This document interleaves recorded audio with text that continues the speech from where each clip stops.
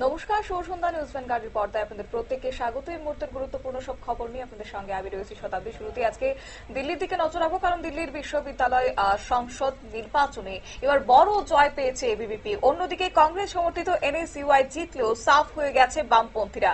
জয়ের পর উচ্ছ্বাস বিদ্যার্থী পরিষদের সমর্থকদের, তবে বলাই বাহুল্য যে কংগ্রেস কিন্তু আজকে সান্ত্বনা পুরস্কারের সেখানে তাদের থামতে হয়েছে। জানবো বিস্তারিত, আমাদের সঙ্গে যুক্ত হয়েছে প্রতিনিধি শেখ মনিরুল। মনিরুল, কি বলবে? দেখো, দিল্লি বিশ্ববিদ্যালয়ের যে ছাত্র সংসদ নির্বাচন, সেই ছাত্র সংসদ নির্বাচনে ইতিমধ্যেই বড় জয় পেয়ে গিয়েছে বিদ্যার্থী পরিষদ। সংঘ গরিষ্ঠ ছাত্র সংগঠন বা বিজেপি সমর্থিত ছাত্র সংগঠন বড় জয় পেয়েছে। এবার যদি তোমাকে বলি যে প্রেসিডেন্ট পদে দিল্লি বিশ্ববিদ্যালয়ের যে প্রেসিডেন্ট সভাপতি পদে আরিয়ান মান, বিদ্যার্থী পরিষদের আরিয়ান মান, তিনি পেয়েছেন হচ্ছে 10,362টি ভোট। অন্যদিকে এনএসইউআই কংগ্রেস সমর্থিত প্রার্থী বা কংগ্রেসের ছাত্র সংগঠন এনএসইউআই 5,294 ওই ভোট পেয়েছেন, এবং এনএসইউআই প্রার্থী জসলিন চৌধুরী পেয়েছেন হচ্ছে 5,294 ভোট প্রায়। অন্যদিকে ভাইস প্রেসিডেন্ট পদে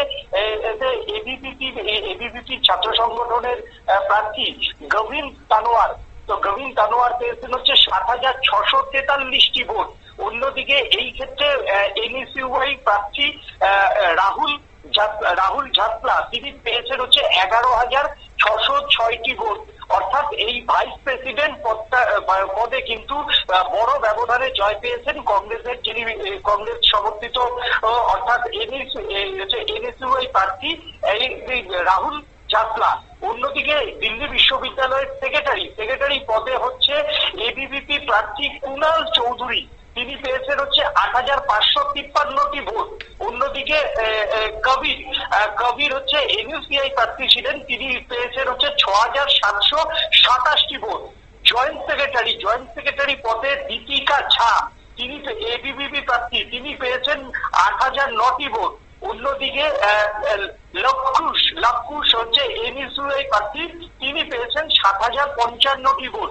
অর্থাৎ দিল্লি বিশ্ববিদ্যালয়ে তোমার হচ্ছে প্রেসিডেন্ট, সেক্রেটারি, জয়েন্ট সেক্রেটারি পদে কিন্তু এবিভিপি প্রার্থীদের বড় জয় হয়েছে। অন্যদিকে ভাইস প্রেসিডেন্ট পদে এনএসইউআই প্রার্থী বড় জয় পেয়েছেন। কংগ্রেস প্রার্থীরা একটি আসনে জয় পেলেও, আর বিদ্যার্থী পরিষদ অর্থাৎ এবিভিপিরা 3টি আসনে জয় পেলেও দিল্লি বিশ্ববিদ্যালয়ে কিন্তু ধুয়ে মুছে সাফ হয়েছে বামপন্থীদের যে জোট ছিল, সেই জোট এখনো পর্যন্ত কোনো আসন পায়নি বলে এখনো পর্যন্ত খবর। ধন্যবাদ। আপনারা শুনলেন, অর্থাৎ এক্ষেত্রে কিন্তু 2023-এর যেন পুনরাবৃত্তি হয়েছে 2025-এ, এবং কার্যত সেখানে এবিভিপির একটা বড় জয় হয়েছে দিল্লি বিশ্ববিদ্যালয় ছাত্র সংসদ নির্বাচনে। এবার রীতিমতো গেরুয়া জ্বর। অন্যদিকে কংগ্রেসের কিন্তু একটা ভোটেই তাদের থামতে হয়েছে। 4টি আসনের মধ্যে 3টিতেই জিতেছে এবিভিপি, এবং ছাত্র সংসদের 4টি পদের জন্য মোট 21 জন প্রার্থী দিন ভোটে দাঁড়িয়েছিল বলে জানা গেছে।